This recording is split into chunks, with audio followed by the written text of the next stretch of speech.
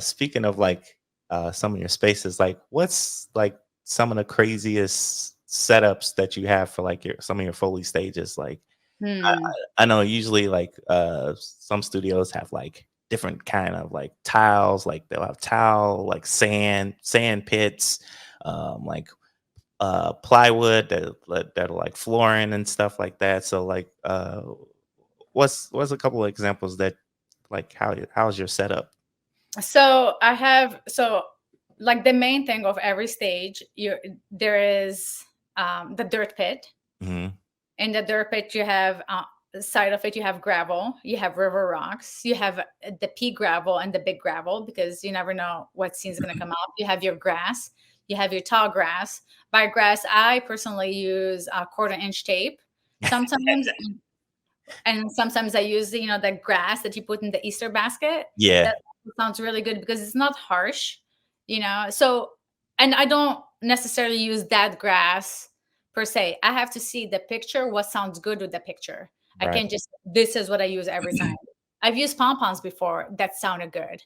So I have to go with the day what sounds good. I have dry leaves. I have fake leaves, so I'm ready for anything. All like then I have a sand pit, then just big rocks. Then I have a pit that's kind of empty that I put snow in it when I have snow. Because I like actual snow. It sounds better than faking it Right. with cornstarch, Yeah. which I can fake with cornstarch and grass seed and stuff like that. But nothing like the real Real snow sounds good. sounds great. I have on the stage at all times 4 different wood surfaces, 2 that are for indoors, 1 for stage, and 1 for dock wood. Plus, I have another wood that I bought in there if I needed creaky, depending on what's going on in the scene. We have smooth cement, we have rough cement, and we have kind of like a tileish kind of cement, which is extra smooth. I Mhm. don't actually use real tile because if you put a walk with heels or tile, it is ear piercing. And Yeah. when you fix it, it sounds like a digital tick. It gets in the middle of the music and it sounds like it's a mistake. So you want it, you sound even you want it as full bodies as you could again give it to them. Because you could always roll off the low end, make it sound higher, but it's pretty tricky to mess with the high end.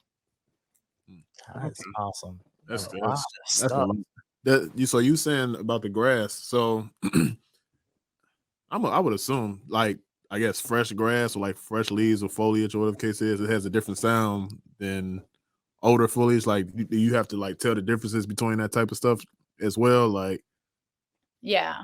yeah, So there are some stages I worked at where they insisted on bringing pieces of grass and setting them down. So what happens about few steps, you stomp the thing dead and you get the little gnats on the stage. right. And it doesn't sound good. It sounds thumpy. So Mhm. I'm like, okay, if you're gonna get real grass, you're gonna have someone that's gonna be coming in and changing it for me because I'm not gonna be changing it every 10 minutes. Right. Yeah. And I'm not gonna be using this grass the whole time. So it's but just play it. You give me that sound and I'll match it without using the real thing. Sometimes things that you use sound way better than their original source too. So like if you like earlier you were talking about the tape, like using cassette tape like as grass and stuff. I find that way like crisp and like better than like stepping in like uh real grass or like turf or something like Mhm. wise. It's more enjoyable like when you just like create something like that sounds either just like it or even better than the original. Absolutely. Yeah. Yeah, that's the game, trying to recreate the sound and go bigger than life. Unless the show calls for subtlety, you Mm, want to go big because you don't want to lose it. Because once you add music, like a lot of people, as you know, my videos, I'm only recording on my cell phone, yeah, so that's not the good quality. quality, Yeah. Yeah. and it's for a reason. The clients pay for the good quality, and that's what they get. Right. So basically, like when you record, you don't want to lose like the subtleness, and mic placement is important. You guys are hearing one level. Yeah. When we're recording, we're using two mics. Someone's coming from far too close, so my mixer is also working. They're not just chilling, pressing a button. Yeah. They're actually mixing. They're cutting and replacing reverb. Well, not so much. They do some cutting, but what they do is like if someone is coming in from far shot to a close shot, yes, I will walk them softer. The closer they get, I'll walk them louder, but I'm in front of the mic. So what my mixer will do, we use two mics. So he or she will use the far mic when they're far away, Yep. and the closer they get, they'll switch off and start using more for the close mic. Close And mic. it goes to like a mono, Yeah. track.